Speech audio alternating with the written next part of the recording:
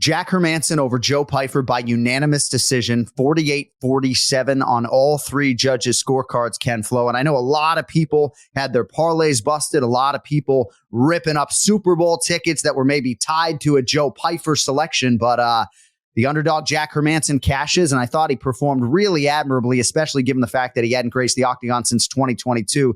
Your thoughts on Jack Hermansson keeping the gate closed, so to speak?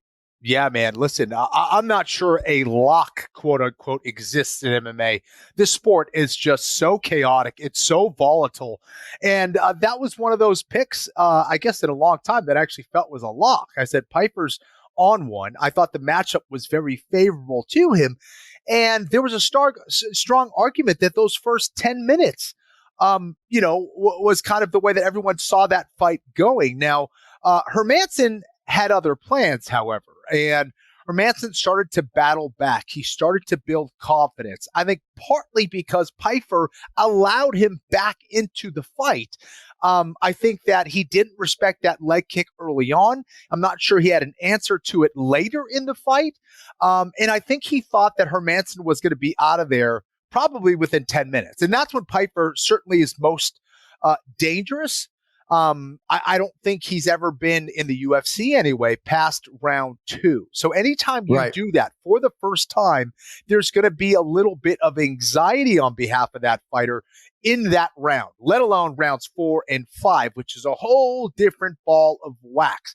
Even if you're training for that, doing it in the UFC when the lights are brightest, even if it's at the Apex Center, is a completely different beast. And I think this is one of those things where we are really going to find out what Pyfer is all about. You don't find out what a fighter is all about when he's at his best. And you don't even find out what a fighter is all about when he loses. It's when he comes back that you find out what a fighter is all about. And I think he's got a lot to lean on from his teammate Sean Brady, who experienced something very similar in that fight against Bilal. It's a great point, and I think there are more talking points on Joe Pyfer as we spin it forward. But as far as Jack Hermansson is concerned, Kenny, I just have a lot of respect for this athlete, and I think a lot of people kind of wanted to bury him and suggest that he is several years or fights removed from his fighting prime.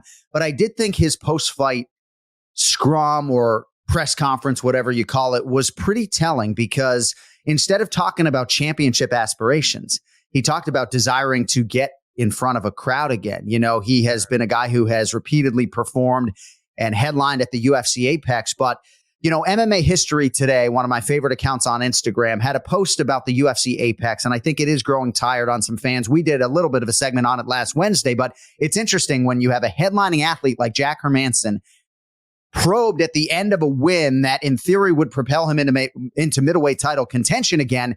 And instead, all he's talking about is fighting in front of a live crowd. Now, I know you didn't have an amateur career per se. You didn't have that many regional appearances, and most of your fights were in front of big crowds. But I think it's starting to wear on some of the athletes. They got into this sport to make that walk in front of 20,000 people. And for a lot of these guys, it's not happening anymore.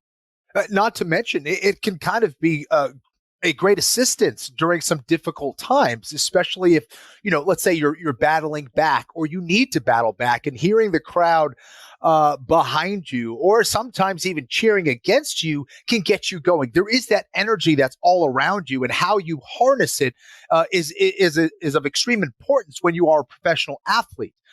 You could use it for good, or you can use it to destroy you. So I think that some fighters really feed off of that. And especially when you've already experienced that and now it's gone for that fight, I think that's when it could really hurt you. And I'm sure that Hermansson probably felt that and perhaps was adjusting to that for the first 10 minutes. I'm not saying that's all what it was about, but it definitely takes some adjusting, both getting into that huge crowd for the first time and then not having it. It's so different. Like, I experienced that from The Ultimate Fighter when we were just kind of in that gym, right? The Ultimate Fighter gym, to going to a crowd in the finale were two very different things.